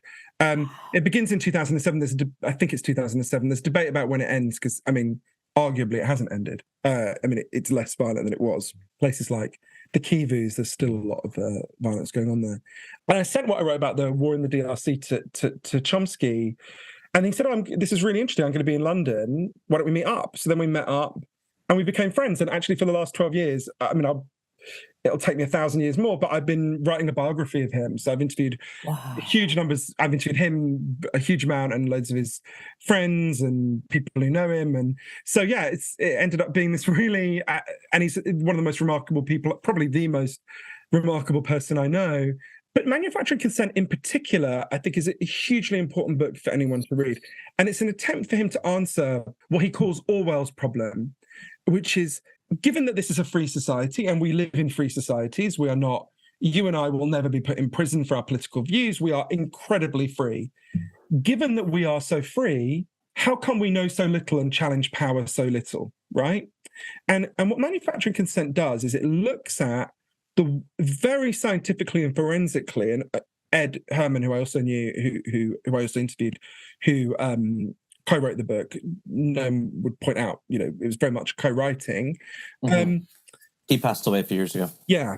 2017. Yeah, and Noam is still with us. He's 94 in a few days. But incredibly, and he's in Brazil as well. He was there for the election. So what they do, what Manufacturing Consent shows, is the ways in which in an authoritarian society, propaganda doesn't need to be very good. If you lived in, I'd like to say Soviet Union, but even if you live in Russia today, it doesn't really matter whether you believe what you read in Pravda or its contemporary equivalents, because if you get out of line, the government will just beat the shit out of you and send you to prison, right? It doesn't actually matter whether you believe it very much. The system does not demand your consent. It just demands that you shut the fuck up, right? Whereas in a free society, propaganda is much more important. In a free society, they have to really persuade us that this is the best possible system, or at least a system that we should support, right? And so propaganda is much more powerful and sophisticated. And he points out it largely happens through diffuse centers of power, which are not, it's not like a conspiracy. No one gets together and goes, wahaha, like a Bond villain. It's much more subtle. So our media are overwhelmingly owned by billionaires and funded by advertising, right? And so what that does is it creates a system where, in order for the news to reach you, it has to pass through several filters. It has to meet the approval of the billionaire owners, and it has to meet the approval of the advertisers. Now, this happens very subtly. It's not like, it's rare that the owner would say, don't say that. It's rare that an advertiser would say, don't say that. Well, we saw advertisers all pause on Elon, right? Like, yeah. So right away, it's the same idea. Well, you internalize the interests of the people who pay your wages, right? Yeah. Anyone listening, most people listening. That's partly why I have no ads. That's partly why I have no ads on this show. Yeah. Because I don't want to be conscripted to a length, a focus, a topic, or anything, even subconsciously. Exactly. And most people listening will have a boss, and most of them have never needed to be told, don't criticize your boss, right? You just know. You're not a fool, right? So it's not that anyone says to you, don't criticize the advertisers, don't criticize the owners. But more importantly, you learn to muffle criticism of people like the owners and the advertisers. It's not to say that we have a media that doesn't take on power. We do. Sometimes it does it very bravely and boldly, but it does it within certain confines. And it's partly about where our attention gets directed. So, for example, in manufacturing consent, it's a very helpful comparison. Most people will know, but for those who don't, during the Cold War, obviously the Soviet Union controlled Eastern Europe, and there was a war for control of Central America between forces that were backed by the Soviet Union and forces that were backed by the United States and the wider kind of Western world. And around the same time, there were, I think it was 2 priests who were killed in Poland. And at the same time, or roughly the same time, there were some nuns who were raped and some of them murdered, if I remember correctly, by American-backed forces in El Salvador. And they compare the coverage that was given to the Polish priests and the nuns in El Salvador. They were actually American nuns in El Salvador, if I remember rightly. They were from the United States. The killing of the priests in Poland was rightly given enormous coverage. Front page, massive, week after week, right? The coverage of the people killed by the American-backed, raped and killed by the American-backed forces in El Salvador, it wasn't unreported, but it was tiny. It was hedged with caveats in a way that you never caveat, when a Soviet tyranny kills people. It was tiny, it was caveated. Now, why would that be, right? Because we look upon the crimes of our allies with excuses, we minimize, we play it down, we've internalized the power system that says, oh, our kind of power is good. And if there's bad things that happen, it must be an exception, there must have been a reason, these things happen. Whereas official enemies who oppose our power system, we can see in a much more clear-eyed way their crimes. Indeed, we may even exaggerate their crimes in some cases, although there was no need to exaggerate the crimes of the Soviet Union because they were so immense and so depraved, and killed at least 30 million people across the whole lifespan of the Soviet Union. So there's no need to exaggerate that, but there are other instances, of course, where there were exaggeration. We mentioned Iraq. Again, Saddam Hussein, monstrous crimes, but we know that there was conscious exaggeration around his weapons of mass destruction to create a false pretext for the war. So what Chomsky's doing, what manufacturing consent does, it makes you realize the news you are receiving is passing through a filter that is not just, the famous extremely annoying thing that's printed on the front page of the New York Times every day, all the news that's fit to print, right? In fact, what you're seeing is, the New York Times has actually got significantly better since manufacturing consent came out. And I think in a way that manufacturing consent helps us to understand. Now, the New York Times gets half of its funding directly from readers. Yeah. Right? That's more than... Yeah, more. I think I just saw a stat on that. It's gone from advertising to readers. Exactly. Almost like a huge which flip.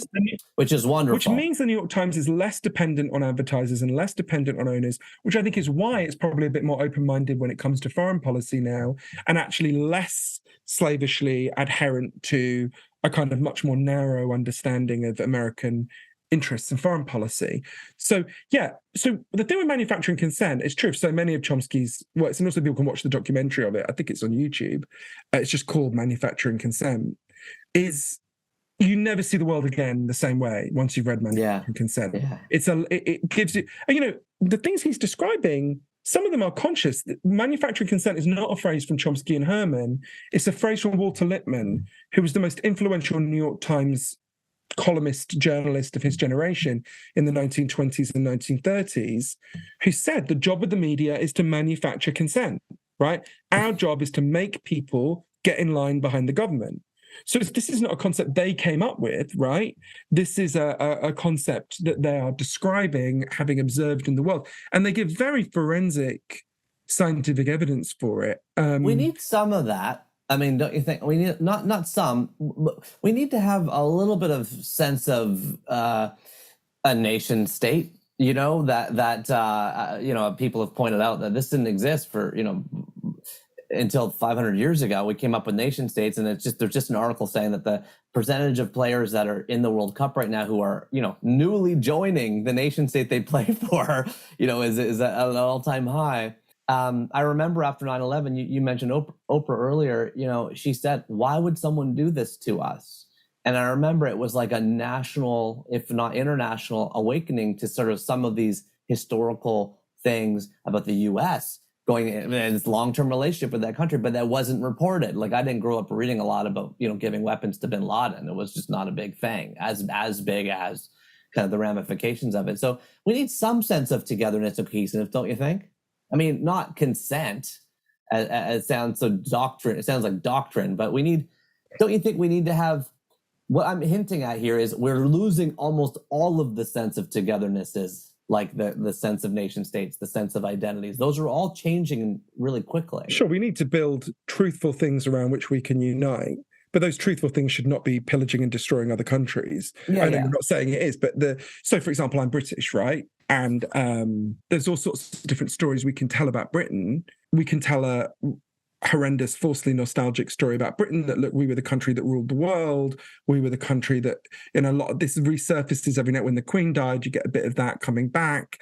Although actually the Queen herself, to be fair to her, was not imperialist in that sense. But there's a form of British nationalism that's rah-rah, rule Britannia, we were the greatest country in the world and we ruled over all these other people, which to me is a catastrophic form of self-identity. It's partly what led us to Brexit, that we were amazed that we could withdraw from the European Union and then not have the benefits of being in the European Union. And you go, right, we don't rule the world anymore. If you don't want to be a member of the gym, you can't go and use the gym equipment, right? But then, so we want to dismantle stories like that, which are harmful to us and, more importantly, insulting to the people that we murdered. But that doesn't mean we want to be left with no story. We want to tell a positive story. And I love my country, and there's a million positive stories to tell about our country. That we are, for me, it would be about our sense of humor, the fact that we're a country that provides healthcare for everyone, the fact that, all sorts of things. We're the country that defeated the Nazis. There's loads of great things you can say about Britain with, Shakespeare. Or Monty Python. There's a million great things we can say about Britain, right? Yeah. For me, the thing I'm most patriotic about is our sense of humor. But the one thing I would wave the flag for is we are objectively funnier than everyone else. And I will not hear any contradiction on that point. But we have a very distinctive sense of humor as British people that we all share. We need to tell positive stories, but that's different to manufacturing consent, right? That's the thing we share, that you're identifying and building a story together. That's very different to saying we need to manipulate these people in order to make them passive in the face of us pillaging other countries or killing people, right? How do you think about staying informed today? How do you stay informed, and how do you think about that in your own life? And what do you consume to do that? Well, on my Kindle every day, I get the New York Times, the Washington Post, the Times, the Guardian, and the Wall Street Journal, and I read them. So you're doing a 5-paper skim a day. I'm very well informed about the news, so it doesn't take me that long to read them. And I, subscribe to lots of magazines, and I read lots of books. And I try to think in a critical and thoughtful way. And obviously, I do a lot of reporting all over the world for my books. What does the average? How does the average person who's looking at what's trending on Twitter as the news? And I'll throw myself in the average. Like I've canceled newspaper and magazine subscriptions. I do heavily read books, but they're a lot slower progression in terms of what's staying current. I often get accused of not knowing what's going on because I'm kind of, it's the Thoreau quote: "Read not the times, read the eternities." Different people have different priorities in their lives, and certainly my brother and sister don't, would get their news, wouldn't ever read a newspaper or anything like that. They're busy. They're exhausted. I'm not in any way critical of people who secede from those things. Or my grandmother, I was raised by my grandmother, whose job was to clean toilets. She didn't have time to sit around reading newspapers either. It's not about a kind of I think it's also about people. Susan Sontag, in her book on Regarding the Pain of Others, talks about this idea of compassion fatigue. And she said it's not that people get fatigued by compassion, they get fatigued by seeing suffering and feeling there's nothing they can do about it. In a similar way, I don't think most people are actually information fatigued. I think they're fatigued by the feeling they don't have anything they can do about it, that have any agency over it. And the truth is, we do have a lot of power and agency, whether it's joining labor unions, there's all sorts of ways in which we can fight back and actually produce change, right? Again, think about what we were saying about me being gay, right? You've got 2,000 years of gay people being burned, imprisoned, persecuted, and really in the space of like still illegal in the majority of the world today. Sure, but you think about and of course there's gay movements all over the world that are still fighting. Came up again with the World Cup and stuff, though. Sure, of course, with Qatar. My friend Patrick Strudwick did great reporting about the horrific homophobia in Qatar, and I recommend people read it. It's in the Eye newspaper in Britain. You can read it online. It's Patrick Strudwick. Sure. But you think about the staggering transformation that's taken place on that front, right? Yeah. Now, that happened because, the first gay pride parade in London happened in 1973. They were all beaten. There were 20 of them. They were beaten up and arrested by the police. I know one of the people who was there, Peter Tatchell, right? I think I got the year right. You compare that to now, incredible changes can happen when people fight for them. This power system is another thing that relates to manufacturing consent. Systems of power want you to think that you are helpless in the face of them, right? Whether that's Mark Zuckerberg or the lead industry or whoever it might be, they want you to feel powerless. They want you not to know your power. But actually, it's one of the things Chomsky always says, that the reason they have this elaborate propaganda system is because they know that if you did know what was happening, you could act, right? Think about something as simple as during the Iraq War, to go back to where my interactions with Chomsky began, Amy Goodman, a friend of Noam's who presents Democracy Now!, always said, if all the news channels every day were just showing the dead children, the war would have ended in 3 days, right? If that had been the thing we saw, not the endless propaganda, not the excuse, just here is what is actually happening. Here is the child that was incinerated this morning with your tax dollars. The war not would have the ended. Fireworks. The war would have ended. There would have been mass public pressure, and the war would have ended, as indeed happened in Vietnam. It took a while, but it took too long, and 3 million Vietnamese people died, along with. But you're right. There's some stark images that I can conjure up in my head immediately when you talk about that, and it's the young girl running naked from napalm. It's things like that. Who now lives in your city, Toronto. I didn't know that. Yeah, amazing woman. I'm blanking on her name, but great person. It's the first name of anybody you don't know. You've got it's like an unbelievable. Okay, we could go deeper on here, but I'm also wanting to kind of just move us forward a bit. You read consent, so 15, ish. When you read the first book, which I've got that name. You must have known. Then you're like 23 when you first kind of start this relationship with Noam, which I'm fascinated to hear about, and this is kind of a really interesting. Long-term conversation with you about this biography that you're working on. How cool is that? And then finally, the third formative book you've given us today And I did not see these things connecting the dots, and you're connecting them so nicely for us. The Anatomy of a Moment, 35 Minutes in History and Imagination by, I think it's pronounced Javier Cercas. Published in Spanish in 2009, and then in English in 2011. Covers like a black and white image of a lieutenant addressing the parliament with civil guards brandishing guns. What is this about? Well, in February 1981, Spain was emerging from the dictator Franco's shadow, holding a democratic vote for the new prime minister, and it was filmed on TV, which at the time was like, this is also on TV. While it was filmed on TV, a band of right-wing soldiers burst into the room with automatic weapons, ordered everyone to get down, and only 3 men defied the order. 3 very different men for very different reasons. For 35 minutes, as the cameras rolled, they stayed in their seats. Critically adored novelist Javier Cercas, I got it wrong again, describes the archival footage in vivid detail and produces a daring account of this watershed moment in Spanish history. Dewey Decimal Head's file is under 940.084 democracy/dictatorships. Johann, tell us about your relationship with The Anatomy of a Moment. 35 Minutes in History and Imagination. Yeah, Cercas is, I think, one of the greatest writers living today, a completely extraordinary writer. I've read lots of his books now, and they're all brilliant. But, you know, a lot of people hearing your description would, of course, have thought about January 6th. This is a very similar event in many ways. So Spain had been frozen in dictatorship from the end of the Civil War in the 1940s until the death of Franco in the mid to late 1970s. And General Franco, disgusting far-right figure responsible for horrendous crimes and real suppression of the people of Spain. And they emerged from Franco, and they've had this rocky period, relatively brief period, I think it's 4 years of democracy. And they're swearing in, it's the first democratic transition, and they're swearing in the new prime minister. And suddenly, live on television, a group of Francoist gunmen, nostalgic for the fascist dictatorship and determined to reimpose it, break into the Cortes, which is the Spanish parliament, and order all the senators to get down on the ground. And like you say, 3 men refused to get down on the ground and challenged the gunmen in different ways. And The Anatomy of a Moment is the story of that moment and these 3 men and the legacy of that moment.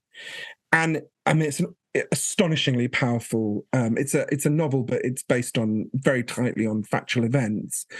And the 3 men who challenged them were extraordinarily unlikely figures. They were all washed up and hated by their own side. So one of them was the outgoing prime minister, Adolfo Suarez, who was discredited.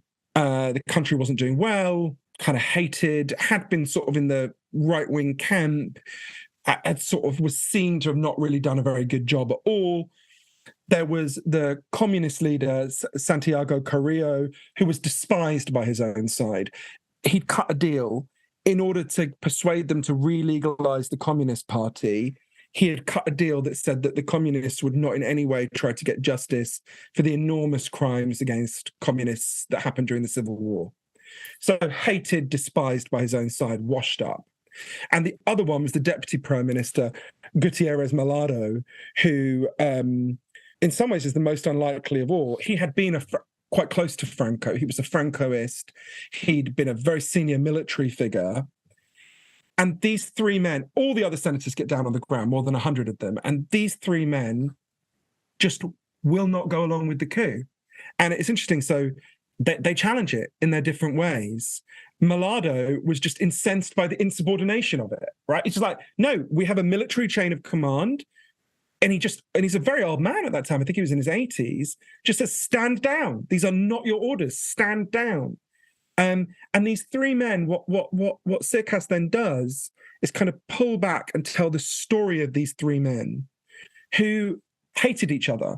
And indeed, I don't want to give too much away, but one had nearly caused the death of another one much earlier in the story of Spain. I don't want to say any more than that. And he really pulls back to see this moment as a moment about democracy, about Spain. But to me, and it's an incredibly important book about how democracy gets saved or does not get saved, a moment that's a question that is of pressing urgency to all of us for reasons your listeners don't need me to explain. But to me, it's even more important than that. It's a story about the amazing unpredictability of other people, right? You know, the great movie, The Philadelphia Story, there's a line in it that the Katharine Hepburn character says, the time to make your mind up about someone is never, right? These three men were the most unlikely people to challenge these gunmen, right? They were the last people you would expect to be brave. They had not been brave. They were washed up, right?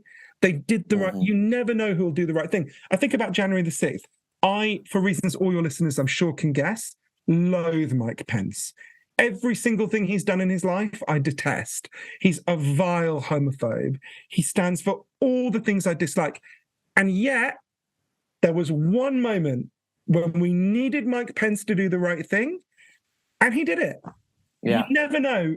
One of the great things about human beings is we're so unpredictable, right? You don't know who's going to... Someone can be awful and awful and awful and then do the right thing. We were talking about British patriotism.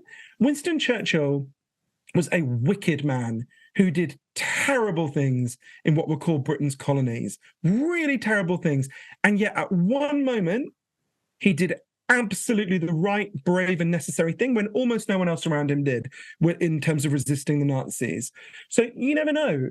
And to me, so much of Circas's work is about this instability in people, and about, obviously, the Anatomy of Moment in particular is about democracy. But so much of Circas's work is about letting people be complex and allowing people their complexity. You know, another writer I really love, David Grossman. There's all three books, by the way. All three of yours seem to have that in common. Yeah, that you have to an embracing of the gray that is underneath the reality that we experience. Well, you know, there's a David Grossman, the Israeli novelist, who I really love. If people haven't read any of his work, I'd recommend starting with To the Ends of the Earth. But Grossman was given an award maybe 7 or 8 years ago by the Israeli government. And it was a very right-wing Israeli government, sadly just restored to power, led by Benjamin Netanyahu. And I forget his name, but the culture minister at the time was so Grossman is a man of the left. His son died tragically in the war in Lebanon in 2017. Or no, earlier than that, 2016. And it was a very right-wing government. And he was given an award, a kind of culture award. And people said to him he shouldn't go and accept the award because the government was right-wing. And the culture minister, whose name I'm blanking on, who lives in a settlement on the West Bank, a very right-wing culture minister, gave this quite heartfelt tribute to reading Grossman's novels and said that they moved him. And Grossman said this very moving thing. He said, we have to allow people their complexity, right? We're living in a culture, partly because of the social media dynamics we just talked about and many others, that is constantly trying to simplify people into goodies and baddies. Yeah. And we're the good people who you don't have to worry about us because we're not complex, we're good, and we get to rage against the bad people and destroy them and condemn them. And this has really actually infected a lot of novels as well. I won't say the novel, but I was in a bookstore yesterday and I started reading a novel that's been very acclaimed, just the first few pages to see if I wanted to read it. And I noticed one of the blurbs for it was a searing indictment of, I thought, Jesus, that's absolutely not what you want a novel to be. A fucking indictment? That's not, novels are not submissions to a courtroom where you're like, an indictment? No, right? Precisely what you want is, what great novel have you ever read could you describe as an indictment? That's awful. It's the antithesis of what fiction should be. And not to say that fiction can't show that some things were terrible. You could say Beloved by Toni Morrison is an unambiguously great novel, and at some level is it an indictment of slavery? Well, yeah, but if you were going to describe the 10 great qualities of Beloved, that wouldn't be in the 10. Well, who knows if that blurb is plucked by the publisher because it's more viral, right? But in itself, that is revealing. That would That's be not what you blurb. want. And I didn't read the novel, so I only read a little bit of the novel, and it did seem like it was quite a polemical novel. And I'm not saying there's no value in that, but yeah, you have to. We have to hold the ground for complexity. It doesn't mean complexity paralyzes us. It doesn't mean we don't act. There's all sorts of people in the world who need to be stopped. There's all sorts of things we need to fight for. Complexity is not paralysis. On the contrary, acknowledging complexity will make you a better actor in the world. And that's partly what Anatomy of Moment is about. these people didn't act despite their complexity at this moment when we needed them. They acted because of their complexity. And so, yeah, holding the ground for complexity and ambiguity and not making your mind up about people and allowing a little bit of space. And, frankly, January the 5th, 2020, I had my mind made up about Mike Pence, right? I didn't, and there you go. Sometimes people unmake your mind for you. Doesn't mean I still don't disagree with him on almost everything else. Doesn't mean I wouldn't strongly want to stop him if he runs for president. But you have to allow people, like Grossman said, you have to allow people their complexity, and you have to not try and sort the world into this kind of Manichaean, the forces of light and the forces of darkness. It's a very destructive way of thinking. It's destructive for yourself. If you think of yourself as the forces of light, it will license you to do cruel things. And we see that all the time, online, offline. People who believe if you believe that you are licensed because you are the forces of good, you'll actually end up being very cruel, because you won't have humility and you won't think about your own capacity for cruelty. And if you think of other people as the forces of darkness, you're just going to miss a lot of what's happening. I'm not saying there aren't dark things happening. Of course there are. I'm not saying there aren't things that need to be stopped. I passionately believe there are. But you have to be able to think in a more complex way. And to me, that's one of the great benefits of books. You're choosing to give a huge amount of time to thinking about something. If you're doing that, you probably don't want it to be simplistic and making the same point over and over again. You want to delve into complexity. And that's there's many, but one of the great merits of making time in your life to read books. Wow. I'm feeling richer through this conversation. I've come in, you've heard me, with even, views that feel uncomfortable to me because they're so polarizing, even to my own mind, and you've helped me kind of crack them open. The time to make up your mind about someone is never. Embrace the complexity. Complexity is not paralysis. Johann Hari, I have a feeling we could go hours and hours and hours more. It is a treat to talk to somebody whose work is so impactful, not just to me personally, but to, really millions of people at this point. And if you're listening to this and you don't have a copy of Stolen Focus, absolutely get it, embrace it, even leaving it on your shelf itself as the front cover. I find it just jostles me into paying attention to what matters. And of course, my entry point into your work was with Chasing the Scream, which I also highly recommend. I know you're not, I know it isn't the current book, but it's such a deeply impactful book to me. This has been a real gift, and I really want to say a deep thank you for coming on 3 Books. It really means a lot to our listeners, book lovers around the world. We're so grateful to you for this. I really enjoyed it, Neil. Thank you so much.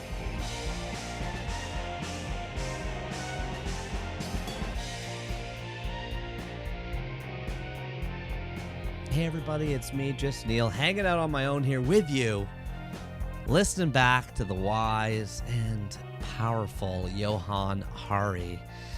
There is a lot to pick through and wade through. He talks a mile a minute. I think I talk fast, but he talks faster, right? He talks fast. So I'm like, this is not a show I could listen. I can't listen to anything on 2x anyway. That's just not for me. I can't do it. But anyway, which quotes jumped out to you? I wrote down a few. How about this one? When you are reading a novel, you are deeply simulating the consciousness of another human being. In a way, it's far more effective than what we call virtual reality. I thought that was so profound. So much of the effort and emphasis right now in the world is on AI and virtual reality and the metaverse. And it's like, well, what about reading? It's kind of like when you fall into a good piece of fiction, you're already there. You really are. What are you reading right now that takes you somewhere else? How about this one? We live in a culture where there's an enormous machinery that is designed to fragment your attention. That is making you dumber, less attentive, less empathetic, and is designed to make you angry. I absolutely feel that. That's part of the reason that I'm doing this show. Long-form conversations with depth and complexity and just trying to hang out together and peel apart the nuance of so many of the big issues that we have in our society. So thank you, Johann, for calling it that.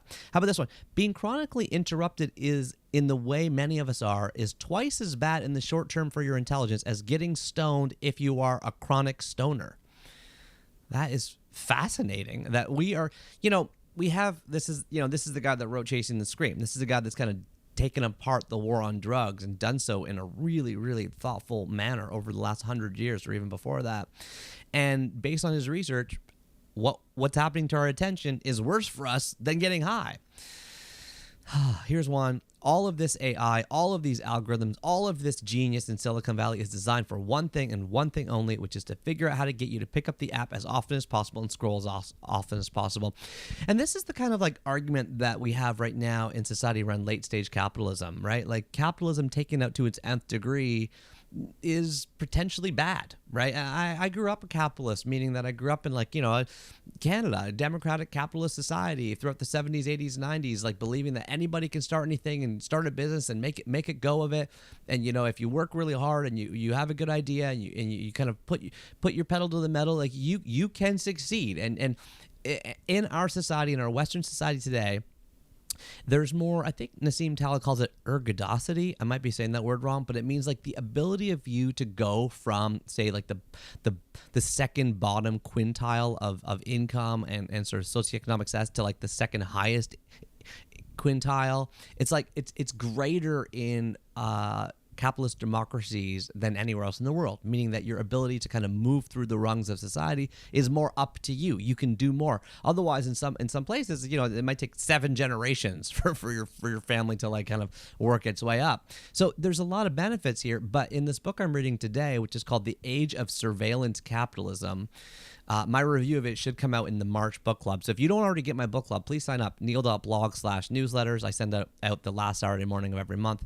This book is just kind of eating my brain right now. It's a wonderful follow-up. If Stolen Focus by Johann Hari is like a great introductory for you, actually the real introduction for most people is like that Netflix documentary, Social Dilemma, right? So if you go from Social Dilemma, start there. If you don't already kind of, if your interest isn't piqued, then go to like Stolen Focus. More depth, more nuance, more complexity, bit longer. Then from there, advanced, I'd say, is go to The Age of Surveillance Capitalism by Shoshana Zuboff. That's Z or Zuboff. This book is big and meaty. I'm doing audio and written at the same time. And it gets deeper into what I'm talking about here, which is about where does this stage of capitalism take us and how can we think about it? And how can we start to process some of the new types of capitalism that are emerging in our society? Yes, it's a big topic. Yes, it's a meaty topic. And yes, as you may have guessed, I'm trying right now to get Shoshana Zuboff to come on the show. See if we can do it. Where was I? I was reading quotes, and I usually read 3, and now I think I just read 4. But I'm going to read 2 more. This one, we have to hold the ground for complexity. It's like a little accent to the big rant I went on. And then lastly, I will say, you've got to say that a business model based on tracking and surveilling us in order to figure out the weaknesses in our attention and sell that attention to the highest bidder is fundamentally inhuman and amoral. Amen. Part of the reason I love Johann is because he helps me crystallize a lot of my own thoughts. He seems more optimistic than I do about where we are and what we can do about it. But then when I go deeper into it with him, it's like he's doing a lot of things that most people aren't in terms of like, using these K-safes and like having like a person that he sends his tweets to that can post his Twitter because he doesn't want to have access. Like there's things he's doing. The average person, and I'll put myself in this group, we have less of an ability to do that. And so some of what it gets to is like the default settings, and some of what that gets to is like what the legislation is, and some of what that gets to is like what are the rules. I'll give you a real simple example here, and it is comes from Jonathan Haidt in the chapter we had with him on the show.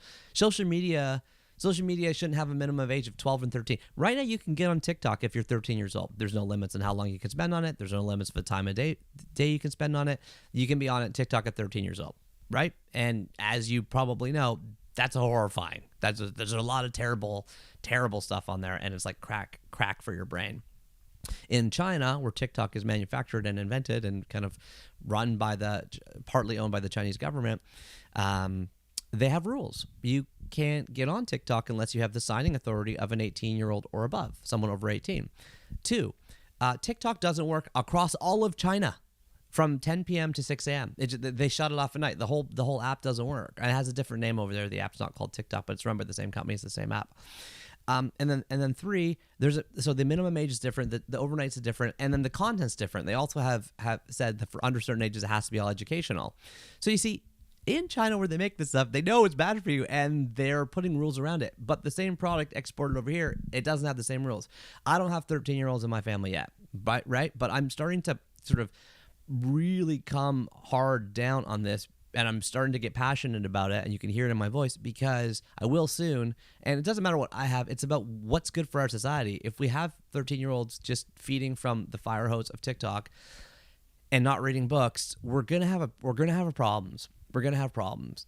And so I think the minimum age for social media should be raised to 16 at minimum. It's the same age you can get a car. What's more dangerous right now? Alcohol is 19 in where I live. Cannabis is 19 where I live. It's legal in Canada. So like we have these ages on things, right? But social media, maybe the most harmful of everything, is 13. 13. Your brain is not ready for it. Okay. As you can tell, I'm getting on some rants here. I'm passionate about this stuff. But, correct me. Tell me if I'm wrong. Tell me if you disagree. I always love to hear from you. 1-833-READ-A-LOT. As you always know, if you don't give me a call, please do. I'd love to get a formative book, play a voicemail, hang out. It's always fun. Now, 3 books I got to add to the top 1,000. If you don't go to the top 1,000 page, feel free. 3books.co/the top 1,000, including number 648, She Must Have Known by Brian Masters. Number 647, Manufacturing Consent by Noam Chomsky and Edward Herman. Number 646, Anatomy of a Moment by Javier Cercas, Cercas. It was just so interesting to go into depth on those 3 books. Thanks to Johann. Thank you to Johann. Thank you to all of you for listening to chapter 121 of 3 books. Are you still here? Did you make it past the 3-second pause? Did you make it past my insane rants? I'm not going to label them insane. No judgment. No book shame. No book guilt. No personal shame. No personal guilt. Let's get into the end of the podcast club. If you're new here, we hang out at the end of every show. We have a podcast club. Play your letters, hear your voicemails. We hang out. You know what I'm going to do for letters this time, though, is there's been a really fun conversation emerging on the Quentin Tarantino episode of 3 Books. Okay, so we had Quentin Tarantino on chapter 82, and do you remember? You probably don't, but if you are a hardcore super fan and you remember this specific phrase at the beginning of the introduction to that chapter, I said, what was your first Tarantino experience? And so on YouTube, a whole bunch of people are answering that question, right?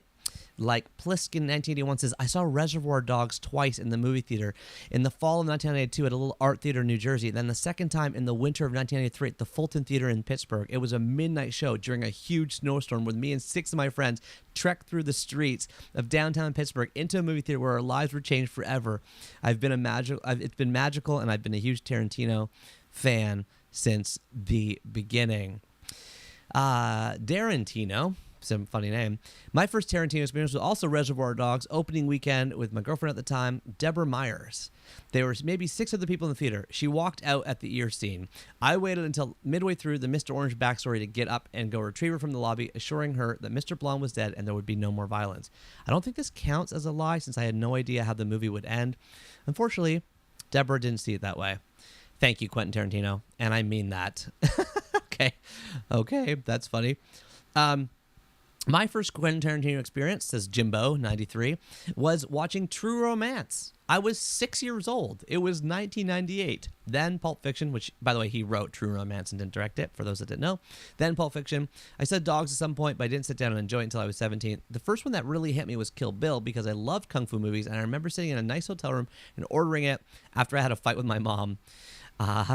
And after that, I became a true fan. I fell asleep twice watching The Hateful Eight, so I will have to see that one day. It was just fun kind of going through this. Lots of people are talking about their first Tarantino experience. If you want to jump over to the YouTube page for that, that'd be fun to hear your thoughts. Okay? So, now, should we count that as a letter? But call me, guys. Give me a shout. You know, sometimes I like to do these voicemails. It's fun to play them. 1-833-READ-A-LOT, or you can send me an audio file. Just send me a formative book or a dream guest. You know, Brian Stevenson came about because of a voicemail. If you have a guest that you'd love to hear on 3 Books, or if you have a formative book that you want to share with all of us, we'd love to hear from it. 1-833-READ-A-LOT. But for now, we're going to a second letter.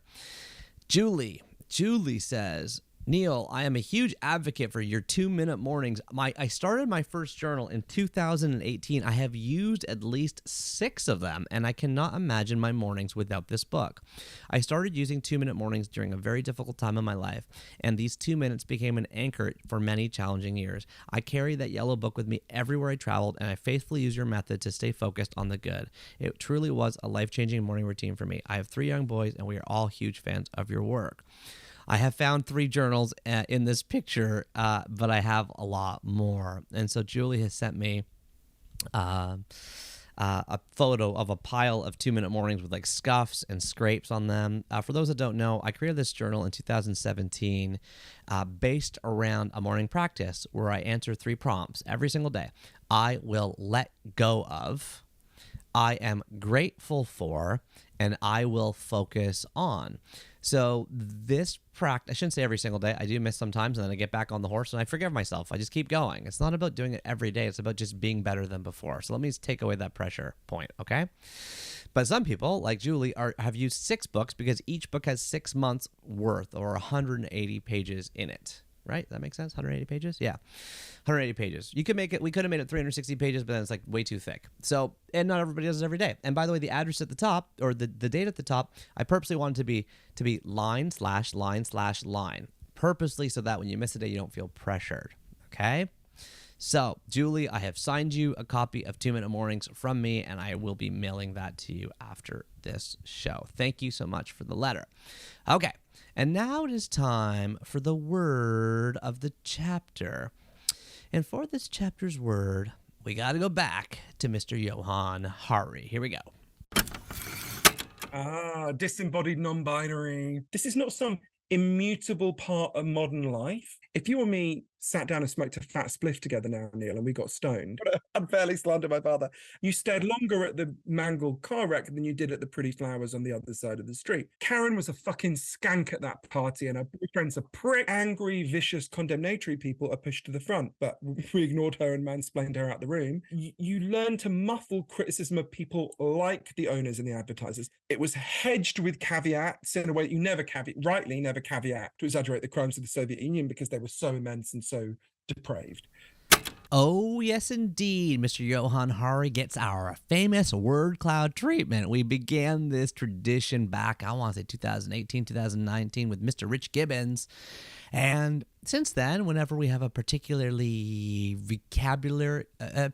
guest with a big vocabulary, we sometimes do a word cloud where we kind of cull together some of the bigger, more interesting and unusual words that they've used to make a little word cloud because we just like the sound of them. There's no other reason other than we like the sound of interesting words.